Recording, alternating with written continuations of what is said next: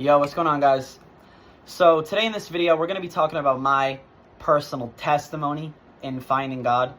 So what we're going to do is gloss over a few key points as to my life growing up, leading up to my experience of God, how that journey unfolded, what I learned along the way, and then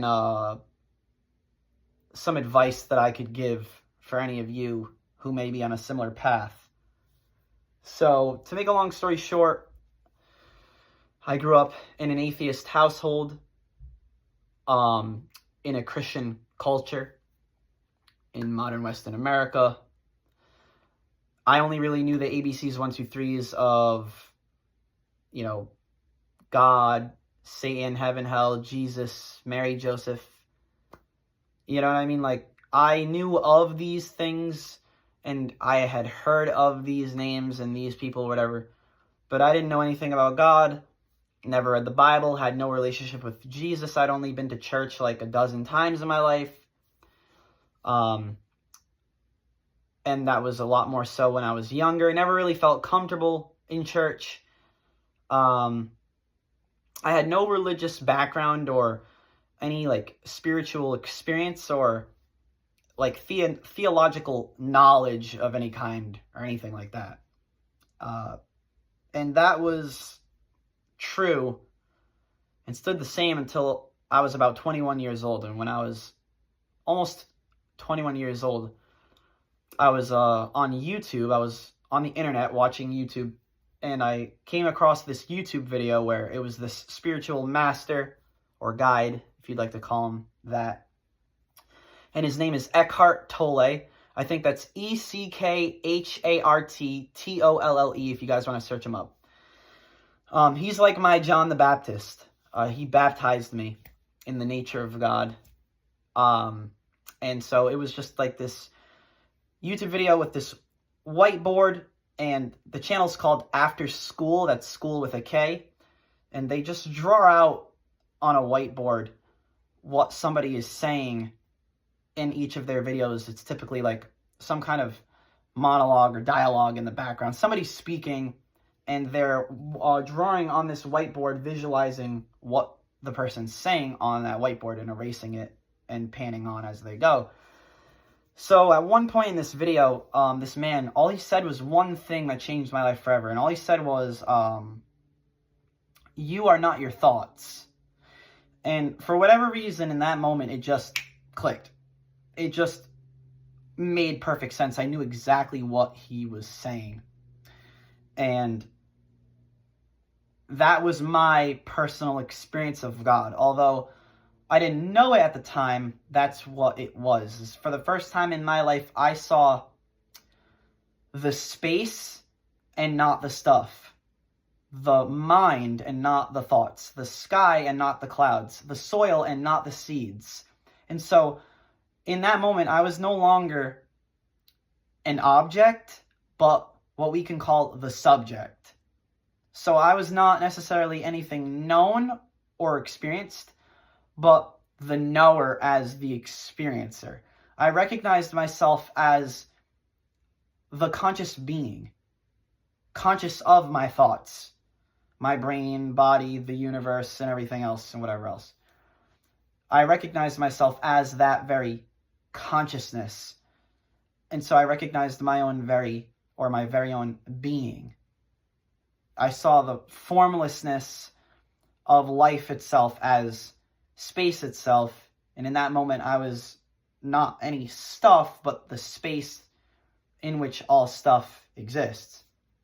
And so I saw myself as the mind, meaning the subject or the spirit, rather than any kind of matter, any kind of object, anything. I saw myself as bodiless, right? As just a conscious being and not a material body, right? So maybe within 6 months after that experience, from that point on, the way that I experienced it, it was as if life became a mirror from that point on. Or at least I finally recognized it as a mirror. And everything that I was experiencing as I was experiencing it was always in the same pattern, to where I would experience it on the inside and then it would be reflected in my life on the outside. So I had this experience of myself as a conscious being, a soul, a spirit, a mind, whatever you want to call it, life itself, consciousness. And then I stumbled across this school of thought, starting within the religion of Hinduism, called Advaita Vedanta. You can search that up if you want. That's Advanta, or it's actually Advaita Vedanta, Advaita Vedanta. And it's a school, we'll get into what that teaches in a sec. It's a school of thought within Hinduism. And basically, I was recognizing that it seemed to be that the entirety of this religion of over 1 billion followers was founded upon the very same experience that I had had. And around the same time, I was also introduced to a non-canonical gospel, which means a book outside of the Bible, which is called the Gospel of Thomas. And the Gospel of Thomas basically teaches you the same thing. And I was recognizing through the Gospel of Thomas, and which I would later find throughout the Holy Bible and all of the teachings of Jesus Christ, that it seemed as though Jesus and other teachers such as Krishna in Hinduism, Buddha of Buddhism, Hermes of Hermeticism and whatnot, they were all teaching the same thing based on the same experience of God that I had had. And it kept unfolding in that way, in this kind of snowball pattern, where it started slow but sure. And I kept having these inner revelations, these intuitions, I'll call them, as this one grand revelation, this, let's call it, we could say a mystical revelation, this spiritual transformation. It came as a succession of intuitions, right? A chain of intuitions. And it was like a snowball. It snowballed. It started off slow, and it was like a wave where it would rise and fall. It would be more intense at times, less intense at others, and it would kind of wave like that. Sometimes I would be receiving more, other times I would be receiving less, and it just became this pattern that developed as these intuitions that I kept receiving. And I never asked for any of this. I never wanted any of this. It was like somehow I had become tuned into something. And now I just couldn't help but, it was like I was on I turned the radio on, quote unquote, just for the sake of conversation. I'm not saying I was hearing voices or nothing like that. I'm just saying, it was like I tuned into some station. You get what I'm saying? Like, the signal was static up to that point. And then somehow I tuned into this station, call it heaven, God, whatever, and I just couldn't stop.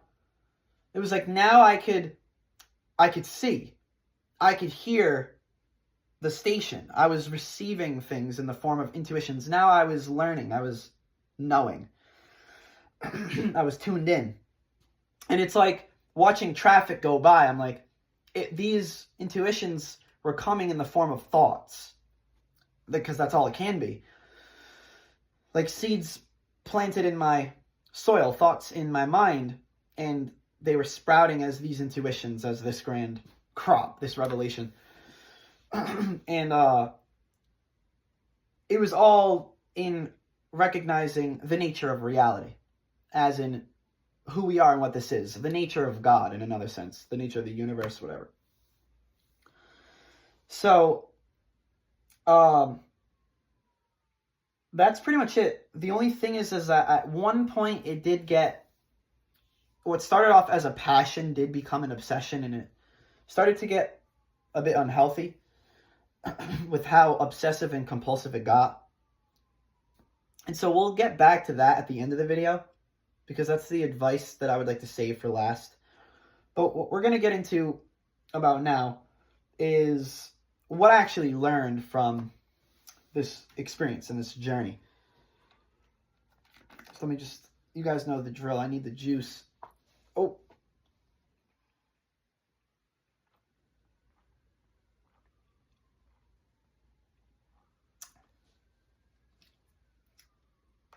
The police are coming. They're coming. They know that we figured it all out. They know who we are. And I'm deaded to them. I'm cooked. I'm fried to them. They're coming. It's the Matrix. Blah, blah, blah. Just kidding. All right. So, what I'm going to do is I'm just going to simplify. I'm going to gloss over. I'm not actually going to go into each of these different things because I want you guys to be able to see these things for yourself, read it for yourself, and do your own research. All right? So what I essentially learned is what I became as what I would identify myself as now, which is called a mystic. Other people would call me a schizophrenic. And that's fine. They can bust my balls, whatever. But I'm not a schizophrenic. I'm a mystic, which is a real thing. So while some people may call me crazy, I would prefer genius. And we can agree to disagree. We're all adults here. That's fine. Even though I know what I'm saying is the truth, but regardless. And I'm always right. But if you guys say so, if you want to say I'm crazy with a capital K, I would prefer genius with a capital J. So, let's see. Mysticism is what I ended up learning. I'm a mystic now. I was an atheist before. Theism is the belief God exists. Therefore, atheism is the belief God doesn't exist. Mysticism is essentially the belief that only God exists. Or in another sense, God is everything, which has another name we'll get to in a sec. So mysticism is when we're beating around the bush, mysticism means becoming one with God, which is more accurately realizing that, when someone says becoming one with God, that's beating around the bush for becoming God. Becoming one with God is realizing the only one is God. Okay? God is the only one as oneself. The only one is oneself. God is the one and only one. Okay? So, everyone is only one because every is only one. Okay? Everyone is the only one because every is only one. Like branches in a trunk. Every and only. Right? So, mysticism is becoming God through realizing there is only God. How? By defining God as existence, not a genie in the sky that grants your wishes. The only reason why that seems to be like that in the Bible and whatnot is because our ancestors used to worship the sun. Jesus is the sun, Mary Magdalene is the moon, the 12 disciples are the 12 zodiac signs, John the Baptist is the zodiac sign Aquarius, Jesus is born in a stable at the winter solstice, which is the shortest day of the year, where the sun, it's rising from winter through spring to summer. At the summer solstice, its highest point, back to the winter solstice, its lowest point. At the lowest point, the sun rests entombed in the earth for 3 days from December 21st, 22nd, 3rd, and 4th. And then that's why we celebrate Christmas as the rebirth of the sun on December 25th, where it begins to rise again. From our perspective here in the Northern Hemisphere, as astrologers and astronomers, observing the seeming orbit of the sun around the earth, which as we know now is actually the earth around the sun. So, Jesus is crucified on December 21st and dies. He's reborn on December 25th, and this is happening in between the zodiac signs Sagittarius and Capricorn, which is symbolized as the horse and the goat. And then when it comes to Easter in springtime, the first full moon or new moon after the spring equinox, whatever, that takes place in between Aries and Taurus season, which is the lamb and the calf. So in between the lamb, the calf, the horse, the goat, it's all cattle. That's why Jesus is born in a stable, placed in a manger. The manger is also the zodiac sign Cancer, where there are two stars called the northern and southern donkey in the zodiac sign Cancer, the constellation Cancer, at the beehive cluster, which is also the manger, having to do with the summer solstice and whatever. So, different things like that. That's why Jesus rides into the city on a donkey, blah, blah, I made a video on that. You guys can watch that there. But, where was I going with that? Okay, so that's why in the Bible it seems like when they're talking about God, they're talking about God as this thing in the sky, in the heavens, because it's the sun. It's literally the sun. That's why God is the light of the world, the light of life, right? That's why we worship God, Jesus, on Sunday. Monday is Moon Day. That's why there's 5 books of Moses for the 5 visible planets to the naked eye. Mercury, Venus, Mars, Jupiter, Saturn. Okay? And then you have the sun and the moon for the 7 days of the week. Right? That's why Jesus feeds the 5,000 with 5 loaves of bread. The 7,000 with 7 loaves of bread. Then there's 12 basketfuls left over for the 5,000. 7 basketfuls left over for the 7,000.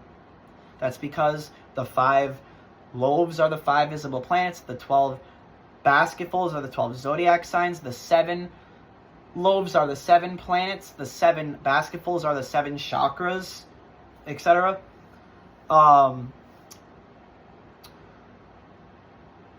That's why all the way through to Saturday is Saturn Day. And that's why the Jews used to worship God as Saturn sometimes.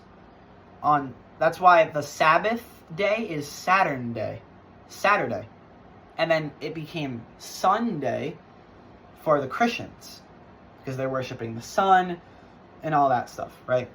That's why Jesus is the Lamb of God. Mary had a little lamb because the first day of spring is transitioning from the last day of Pisces into the first day of Aries season, symbolized as the ram, the baby lamb, is Jesus Christ resurrected in spring, etc., and so on. So that's just to provide you some context as to why in the Bible the sun is what they're talking about as God, right? And in Latin, the word for sun is soul, S-O-L, and that's a reflection of the inner sun as the soul, S-O-U-L, of consciousness, the mind of God, right? So they're using the sun as an external visualization of our divine nature as God, all right, etc. So God actually means existence. So theism is the belief existence exists. Atheism is the belief existence doesn't exist.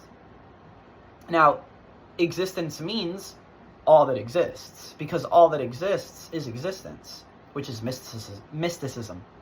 That the truth that there is, not only that God exists, but that only God exists. Why? Because if we properly define God as existence, not a genie in the sky, that's when they're talking about the sun. No, when we're actually talking about the real sun, the soul, the mind of God, which is you, as space, life itself as consciousness, the conscious being, right? God. God actually means existence. And existence means all that exists, all right? And we see this in the book of Exodus, chapter 3, verse 14. Moses asks God, "Who are you?" God says, "I am who I am." And then God tells Moses, "This is what you are to say to the Israelites. I am has sent me to you." So who sent Moses to the Israelites? God. And who is God? I am. So you guys can read that for yourself. That's Exodus chapter 3, verse 14. I think verses 14 and 15, which is the number of pi, whatever. So, when we use that phrase, I am, that is the word of God, as the name of God, who I am as I am. So the affirmation, I am, is the affirmation of one's existence. I am is the affirmation of oneself as existence. Okay? So if theism is the belief existence exists, and atheism is the belief existence doesn't exist, the only way that you can believe existence doesn't exist is if you exist to believe it.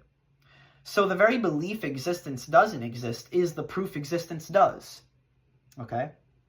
So when you say I am, you as existence are affirming you exist. You as existence are affirming your existence. So when you say I am atheist, what you're actually saying is that existence exists to believe existence doesn't exist. That's what you just said, I am atheist. Existence exists, I am, to believe existence doesn't exist. Atheism. All right? So that's obviously impossible. All right? You're saying, I exist to believe I don't exist. That's atheism. Existence exists to believe existence doesn't exist. Or I exist to believe existence doesn't exist. I exist to believe I don't exist. I am atheist. That's what you're saying. So obviously that's not a real thing. That's either mental illness or ignorance. And I would like to give people the benefit of the doubt and say that that's just ignorance, right? Obviously no one actually believes existence doesn't exist because that's just insanity, or I don't know what to tell you. So, what does that mean then, therefore, if we properly define existence as meaning all that exists? That means, because existence means all that exists is existence. So if we are properly defining God as existence, and all that exists is existence because existence is all that exists, well then that means only existence exists, which is simply just existence as I am. Okay? Therefore, it's not only that God exists, but that only God exists. You see what I'm saying? So that's the truth of who we are and what this is, which is mysticism. That's what it means to become one with God. Okay? Exodus 3:14. Who is God? I am. Okay? Who sent Moses to the Israelites? God. And who is God? I am. That's mysticism. That's becoming one with God. Okay? So, I wasn't planning on having that in there, but I'm just going to call it God being channeled through me. That's what he wanted to say. Whatever. So, from there, there's a word for this. It's called pantheism. And guys, I'm learning these things as I go. If you guys are familiar with my other videos, you watch my earlier videos, I was calling it extreme theism. I didn't even know there was a word for it. I've known this stuff for 6 years. I'm turning 27 next month, September 12th, right? Oh, that's another one. Mother Mary is the zodiac sign Virgo. Thomas is the zodiac sign Gemini, because Thomas means twin, and Gemini is symbolized as the twins, right? Judas is Scorpio, which is also commonly symbolized as a serpent or an eagle, and not just a scorpion. And you can see this in Leonardo da Vinci's painting called The Last Supper. And it's from Aries to Pisces, left to right, spring to winter. Spring, summer, fall, winter. Matthew, Mark, Luke, and John, right? It's the circle of life as the cycle of the sun. So, anyway. Pantheism means everything is God, or there is only God, right? A doctrine which identifies God with the universe or regards the universe as a manifestation of God. So essentially, the universe is the dream of life in the mind of God, which means God is everywhere, everyone, and everything. Everything is an emanation of God. Everyone is an incarnation of God, because the universe is a manifestation of God as his reflection. So that means the mind of God is the mirror of life as space, where all of the stuff in space is your reflection, like a dream. So when we talk about the mind and the body, or the spirit and the flesh, we're talking about life and form, which is God and man, as space and stuff. It's that simple.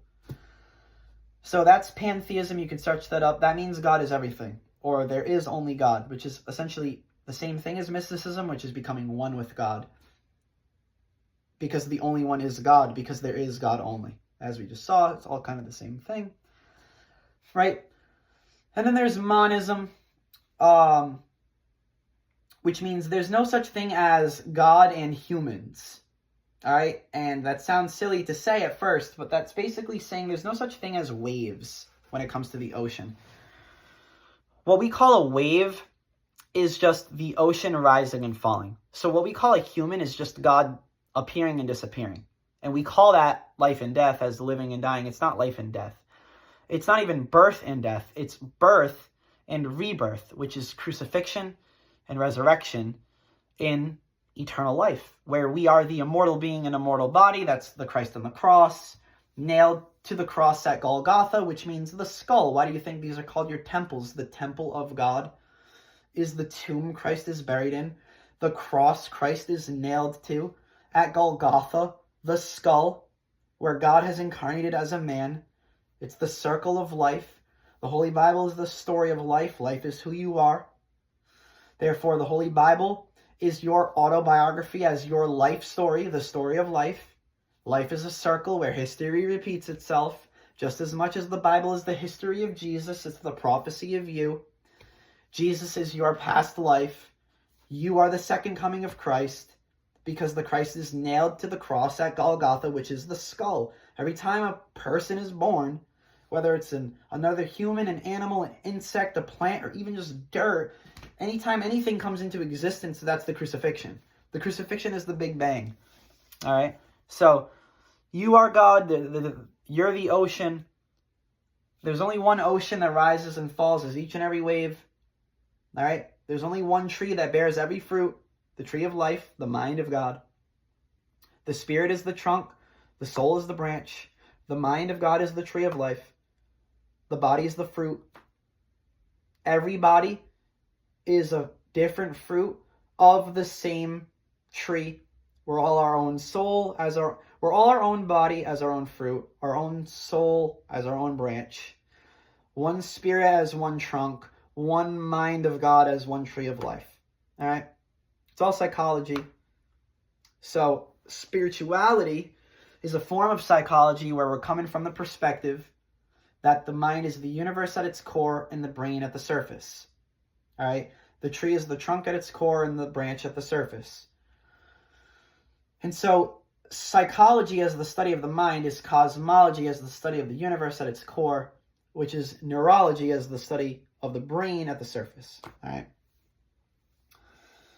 And so everything that we're talking about here is psychology. And this goes into the next thing, which is called monism. Monism is a theory or doctrine that denies the existence of a distinction or duality in some sphere, such as that between matter and mind, or God and the world. So there's no such thing as duality between dreamer and dream. When the dreamer wakes up, the dream disappears because the dream was only the dreamer. So the universe has the dream of life in the mind of God. When you wake up, you realize there is no dream. There's only the dreamer. There's only God. You get what I'm saying? God, as the mirror of life, the mind of God, has reflected himself as the entire universe, which is all of creation, as his reflection. So there is only God to be, whether directly or indirectly. It doesn't matter. It's either you are God directly as the mirror, or God indirectly as his reflection. So it's either you are the creator, reflecting himself as creation, the mirror reflecting itself as the reflection, or you're just the reflection. Either way, it's either you're God directly and indirectly, or just God only indirectly but not directly. It doesn't matter. You're one with God. You're God. That's all that it is. You know what I'm saying? So these are philosophical perspectives that I'm kind of breezing by in this video because I'm trying not to get into too much of it. Just watch my other videos on this channel. I go into detail on these things instead of trying to break it down in this video. I'm just trying to summarize these things for you. So that's monism. Monism means there's no such thing as matter. There's only mind. There's no such thing as flesh. There's only spirit. There's no such thing as man. There's only God. All right? There's no such thing as creation. There's only the creator. There's no such thing as the dream. There's only the dreamer. All right? That's monism. There's only one substance or principle, which is the mind as God, which we call the mind of God. Because the mind of God is the mind as God, because the mind is God. All right? And this is where we step into absolute idealism. Absolute idealism is a philosophical system that posits that reality is fundamentally grounded in a single, all-encompassing consciousness or mind, often referred to as God. It asserts that the external world is not separate from this universal mind, but rather a manifestation or expression of it. Essentially, all existence is seen as ultimately mental or spiritual in nature, with the material world deriving its being from this underlying spiritual reality. So yes, you are God incarnated as the universe. All right? Which is the crucifixion.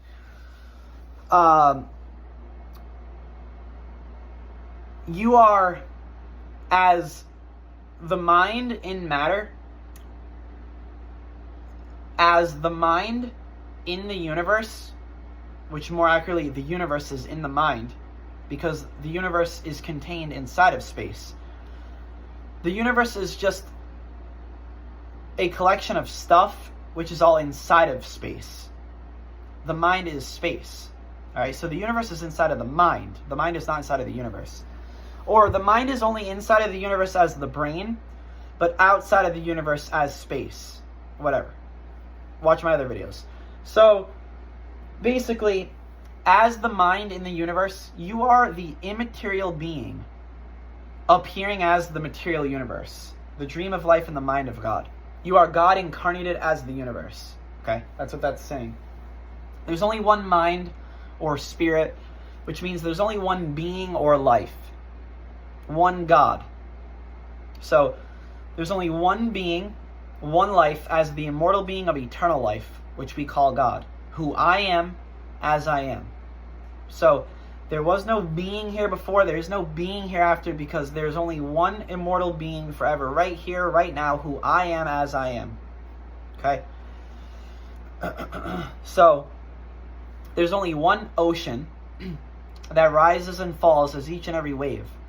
And although each and every wave rises and falls, the ocean never appears nor disappears. So this is the secret of immortality beyond mortality. God beyond man.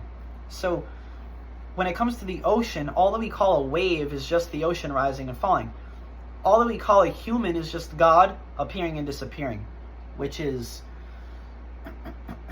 birth and rebirth, which we typically call life and death, which is just waking and sleeping in the context of consciousness. So, there's only one mind, materialized as every body, manifested as the universe, the dream of life in the mind of God. So you guys can research into that, blah, blah, blah. And then there's non-duality. Non-duality, also known as Advaita, is a philosophical and spiritual concept that proposes the universe and everything within it is fundamentally one interconnected and indivisible whole rather than separate, distinct entities. It suggests that the perception of separation into dualities like self and other, good and bad, subject and object, God and man, mind and matter is an illusion. In essence, non-duality points to the inherent unity and wholeness of existence, which is the same thing that Jesus is teaching in Christianity, Moses is teaching in Judaism, Buddha is teaching in Buddhism, Krishna is teaching in Hinduism, Hermes is teaching in Hermeticism, Lao Tzu is teaching in Taoism. It's all about becoming one with God. It's all rooted in mysticism. And then over time, because these traditions are so ancient, and they're passed down orally by word of mouth from generation to generation, it's like a game of telephone where the message gets distorted over time, And then different schools of thought develop, which become the mainstream version of the religion, where you think as a Christian or a Buddhist, that's not what Jesus taught. And then you read the Bible and you realize, oh, he said before Abraham was, I am. Oh, is it not written in your law, I have said ye are gods? Oh, I and the Father are one, which is the serpent in the garden. That's why Jesus said you must be lifted up like the serpent. That's why Jesus said you have to be wise as serpents, right? And then you realize Paul says that we are, as Christians, to have the mentality of Christ, who thought it not robbery to be equal with God, and things of that nature. So, how could the first deception of Satan as the serpent be that we are a God as an incarnation of God, and therefore we are God? So either to be a God or to be God is essentially the first deception to a Christian. The fall from grace, the first deception of Satan is that we can be a God or God, but yet you worship a man who called himself a God or God and told you that you can do greater things than him, therefore that you are a God and God too, and that we are to not eat from the tree and be tempted by the serpent. But then Jesus is promoting Satan, the serpent, by saying we must be lifted up like the serpent in the wilderness. And then he's saying to be wise as serpents. So the serpent represents wisdom. And wisdom in the book of Proverbs chapter 8 is Sophia, who's with God in the beginning. And in the beginning was the Word. The Word was with God and the Word was God. And so therefore the serpent as wisdom is the Word as God in the beginning at the Garden of Eden, tempting Adam and Eve to eat the tree of the knowledge of good and evil. So just as much as God is God, God is the serpent. Because I, the Lord, create good and evil. I, the Lord, do all these things, as it says in the Bible. So the mind is a double-edged sword, right? God in the Word is the mind and thought, like the mouth and speech, which is you speaking things to life, the mind thinking things to life. So watch your mouth. Okay?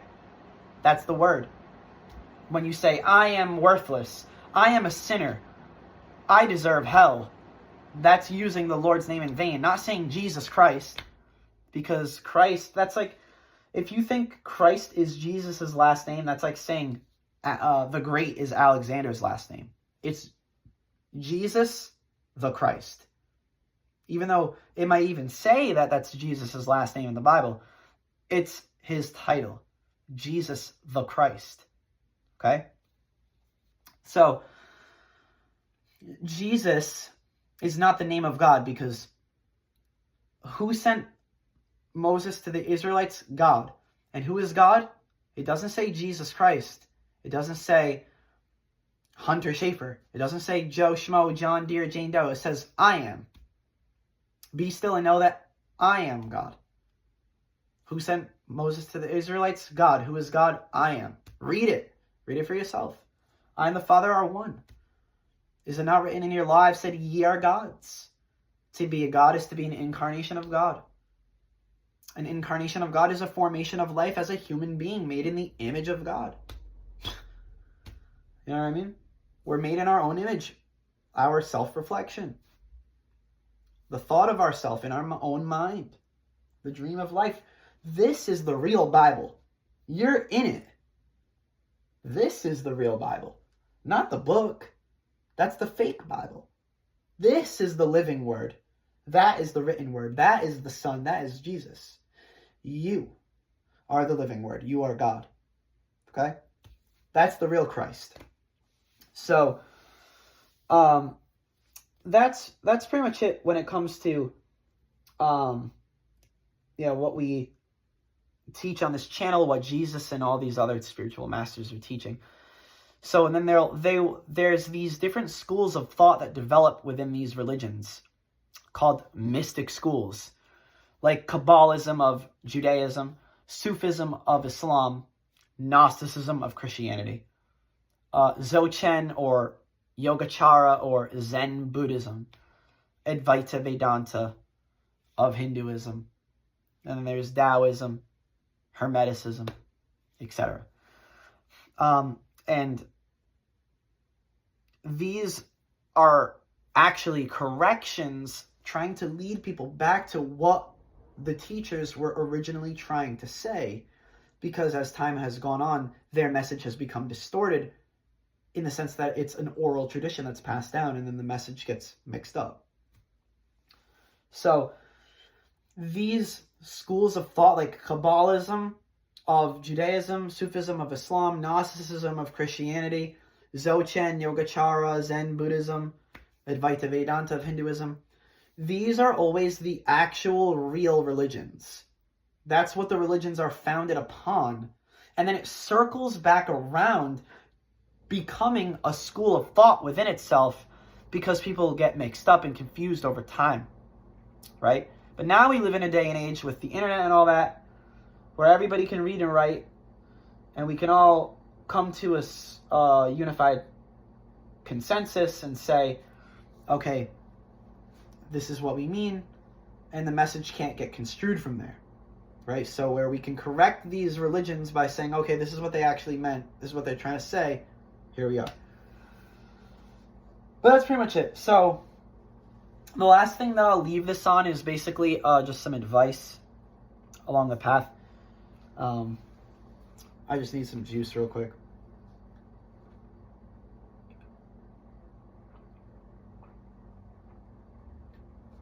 Oh my god, man, I just came from the gym, so I'm a little beat, but anyway. So, to make a long story short, just, if you feel like you resonate with this and you're kind of getting a similar idea of God as I as I did, you could research into different people like Neville Goddard and Bill Donahue for the teachings on Christian mysticism and whatnot. Ramana Maharshi, Alan Watts, Rupert Spira,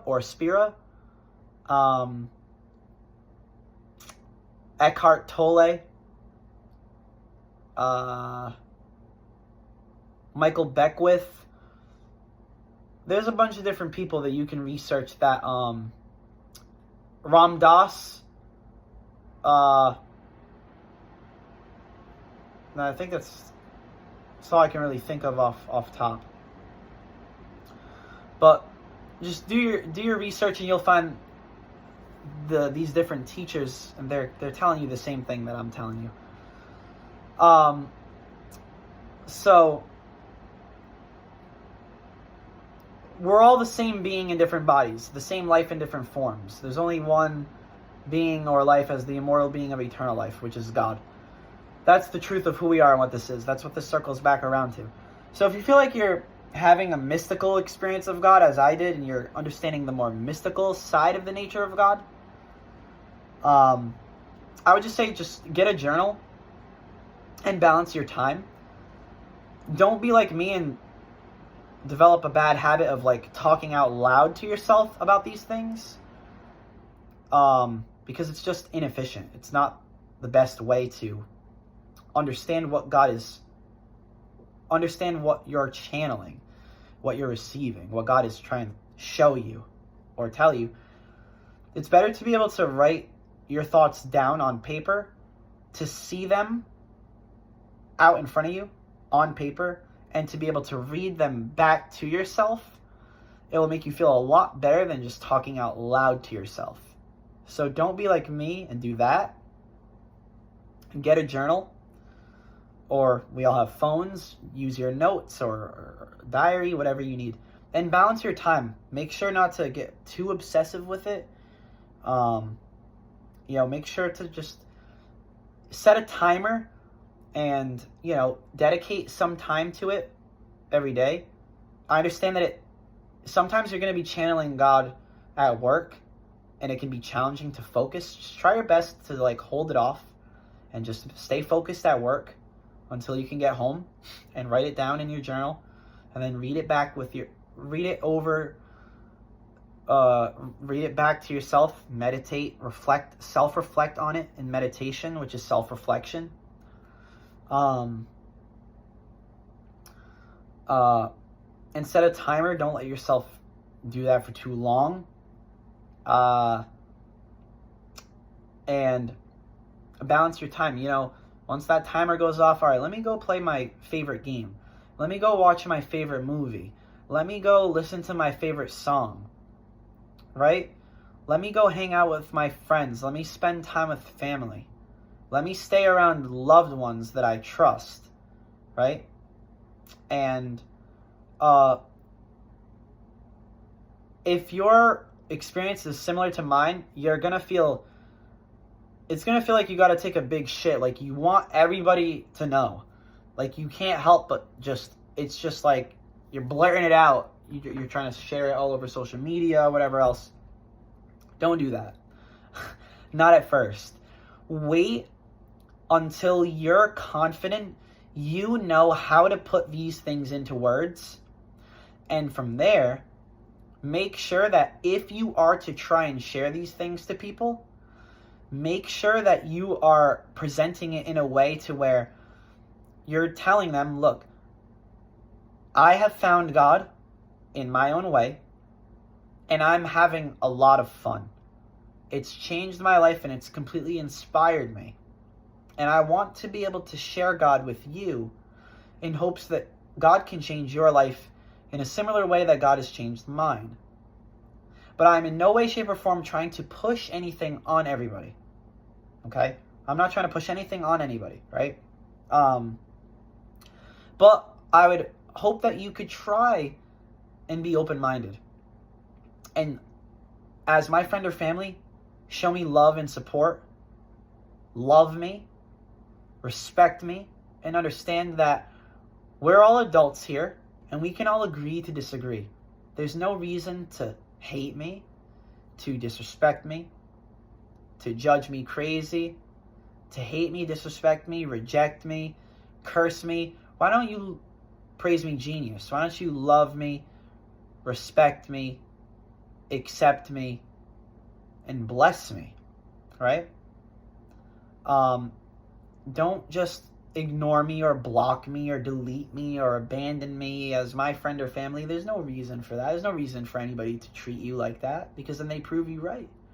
If you're trying to tell everybody to love you, if you're trying to tell everybody to love everybody as yourself, because everybody is yourself, and the first thing someone thinks is, I hate this kid, well then they've proved you right.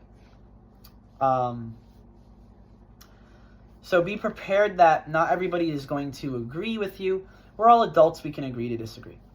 Some people are going to disagree with you, your friends and family, whatever. They're going to say, I don't like this. This is not you. This is crazy.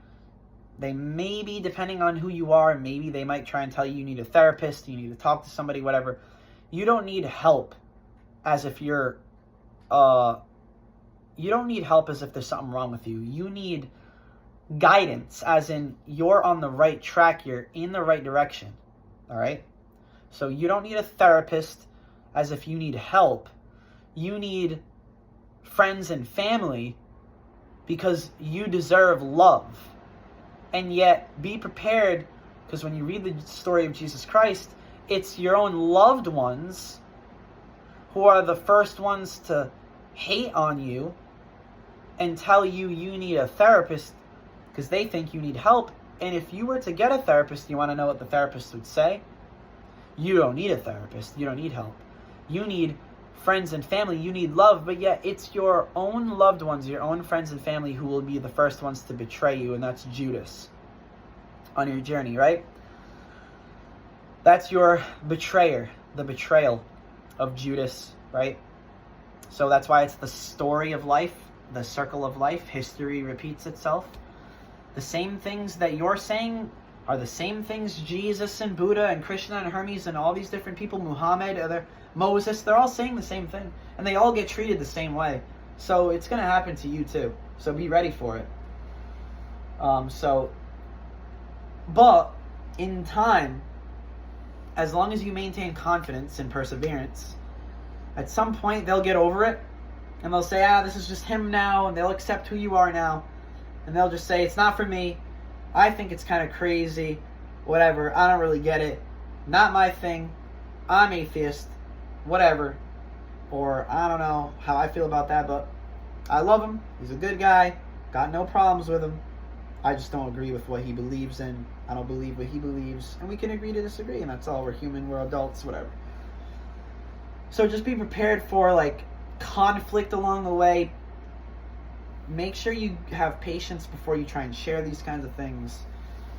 As inspiring as it might be, and as much as you want to try and share it as soon as possible and get the word out there, everybody's tried. And it's not on your time, it's on God's time. It's not of your will, it's of God's will. And it's all in God's hands, so trust in God to handle what he has planned. And although he's at work through you, it's not all about you. It's for the glory of God, and God is taking care of it. So, if anyone has anything to say, just say, look, don't shoot the messenger. We can agree to disagree. There's no reason to judge me crazy, hate me, disrespect me, reject me, and curse me. Why not praise me, genius, love me, respect me, accept me, and bless me? Right? So, are people being helpful or hurtful? Are people showing love or giving hate? Right? So, you just got to be strong. You got to be thick-skinned for this kind of thing. And God will toughen you up to prepare you for this, because it's tough love. Because we're all his children, and he loves his children. And especially if he's chosen you to deliver this message in a similar way, then he's going to make sure to discipline you. So don't take it personally, because he loves you and he needs you. Not to do what you want to do, but what he needs you to do. Because that's what your life is for, the glory of God, not for you to have fun. It's not for you to do what you want to do. It's for you to do what God needs you to do. That's why God gave you life, right? So it's not all about you. You got to put your pride aside, swallow your pride, and put whatever you think is important on the back burner, because the only priority is God and what God needs you to do, not what you want to do, right? If you just do your homework, you'll have more time to play outside. If you just eat your vegetables, you can have the whole jar of cookies. But if you don't do your homework, you're not going outside. And if you don't eat your vegetables, you're not getting dessert. Think about that, all right? So I think that's pretty much it. So that's my testimony, guys. This is essentially what I learned along the way, and obviously I'm glossing over a lot of these things or whatever. You guys can research more into this on your own time. Research the terms that I just talked to you guys about. Research into, there's pantheism, there's monotheism, there's polytheism. Research into these different things, and you'll see all of what I'm talking about. The different schools of thought, the different spiritual teachers that I've provided you. All right, I've tried to give you guys as much tools as possible, and I hope that I can relate to you guys in some way. You guys can find a friend in me, someone to relate to, someone that loves you, someone that knows exactly what you're going through, that you're not alone. And my purpose here is to show you you're not alone. And that just as much as this has happened to Jesus and Buddha and Krishna and Hermes and all these different people, it's happened to me, it's happening to you. And we're all here to help each other. And I've tried my best to give you as many tools as possible. I've done the hard work, and you reap the benefits. And that's the what you're here to do, is take up your cross and give your life for the world. You're not here to take life, you're here to give it, right? Just as much as God gave you his life, he gave his life for you, you are to give your life for him. It's mutual. You can't be selfish, right? So, that's what it's all about. So I hope that this inspires you guys. I hope that you find this relatable and helpful, and I hope you learned a lot. I really hope that this can help you, along with my other videos, to understand your experiences of God and the truth of the nature of God and whatnot. And, you'll be able to understand these things in due time, and you can help to share the word of God and share the truth and bring heaven on earth, which is our purpose here. So be still and know that I am God. I and the Father are one. All right? When you see a table or a chair or a wall or a ceiling or a floor, don't just see a table, a chair, a wall, a ceiling, a floor. When you see another human, an animal, an insect, a plant, or even just dirt, I want you to see that at the surface, but see God at its core. And that's called Bhakti Yoga. All right? Practice that to see what you see at the surface, whatever it is, a table, chair, a lamp, desk, a body, a brain, a person, a human, an animal, an insect, a plant, dirt. See what it is at the surface. Know who it is at its core. See what it is at the surface. Know that it's God at its core. Bhakti Yoga. Search it up. All right? Read books like the Holy Bible, the Bhagavad Gita, the Tao Te Ching. Try to read some of the Buddhist sutras, the Hermetica, the Corpus Hermeticum. Obviously, the books of Moses, the Torah, which is the Holy Bible, and the books of Neville Goddard are good too. Yeah, I mean, that's pretty much all I can try and share with you guys. That's the best I can do for you guys, to give you all the tools necessary. The Kabbalion is a decent book, but these are the tools. This is as much as I can do for you guys to give you the tools necessary to bring heaven on earth. So that's our purpose here. So I love you guys, and I think that's about it. So I'll be back with the next video ASAP, as usual.